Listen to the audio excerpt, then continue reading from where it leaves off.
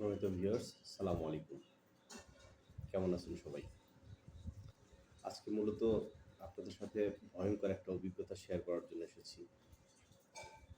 আজকে office time শেষ হওয়ার পরপরই আমার ফোনে একটা ফোন কল আসে। আমার পরিচিত এক বড় ভাই। আমি দ্রুত ওনার ফোন রিসিভ করে দেখতে পাই, উনি আগে আমাকে বলে রেখেছিলেন ওনার স্ত্রী সন্তান সম্ভবা, সিজার হবে, রক্ত লাগবে।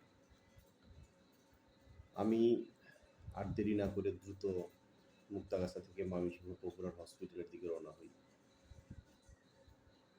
মুক্তাগাছা থেকে ময়মনসিংহ চরপাড়া পপুলার হসপিটালে যেতে মোটামুটি ৪৫-৫০ মিনিট সময় লেগেছে আমার। এই সময়ের মধ্যে উনি আমাকে প্রায় ২০ থেকে ২৫ বার ফোন দিয়েছেন।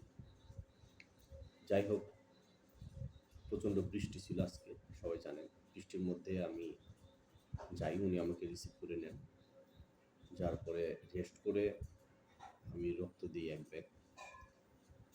তো উনি রক্ত খুঁজছিলেন, রক্ত লাগবে ২ ব্যাগ মূলত। তারপরে ১ ব্যাগ দেওয়ার পরেও আরও সামান্য একটু রক্ত দেওয়া হয় নতুন একটা ব্যাগে। রক্ত নেওয়ার পরপরই উনি চলে যায়। আমি উঠে বসি।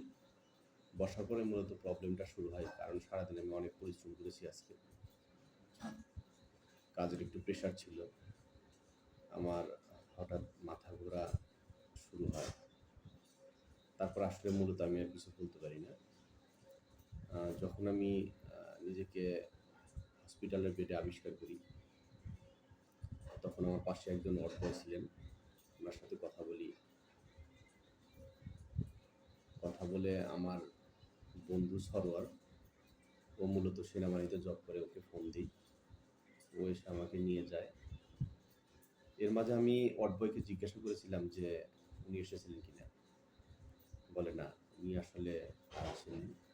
যাই হোক, আমি হসপিটাল থেকে বের হয়ে একটা ডাব, পানি এগুলো খেয়ে মোটামুটি সুস্থ হই।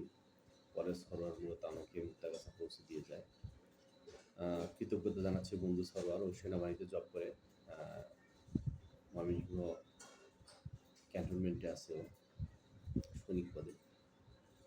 আসলে মূলত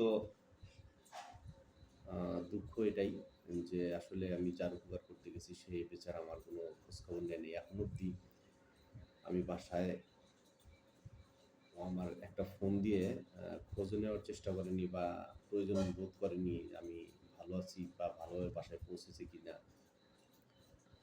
তো আসলে আমরা মানুষ, আমার রক্ত দিয়ে যদি কারো প্রাণ বাঁচে, আমি এই কাজটা বারবার করতে চাই। আমি এর আগেও ৪ থেকে ৫ জনকে রক্ত দিয়েছি। আসলে রক্তটা আমি প্রতিদানের জন্য দেইনি।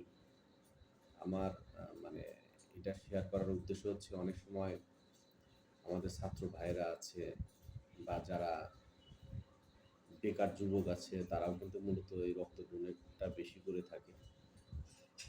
তো আজকে হয়তো আমি একটা ভয়ঙ্কর অভিজ্ঞতার মধ্যে দিয়ে গিয়েছি। যদি কোনো ছাত্র ভাই বা বেকার যুবক এরকম ভয়ঙ্কর অভিজ্ঞতার মধ্যে দিয়ে যায়, সেটা খুবই দুর্ভাগ্যজনক। যারা মূলত রক্ত নিবেন এরপর থেকে কারো কাছ থেকে, অন্তত তার খোঁজ খবরটা নিয়েন, সে সুস্থ আছে কিনা, সুস্থভাবে বাসায় পৌঁছেছে কিনা। এটাই আমাদের, আমি মূলত মনে করি আমার সামান্য রক্ত দিয়ে যদি কারো প্রাণ বাঁচে, সেখানেই আমার সার্থকতা। ধন্যবাদ, ভালো থাকবেন সবাই। সালামু আলাইকুম।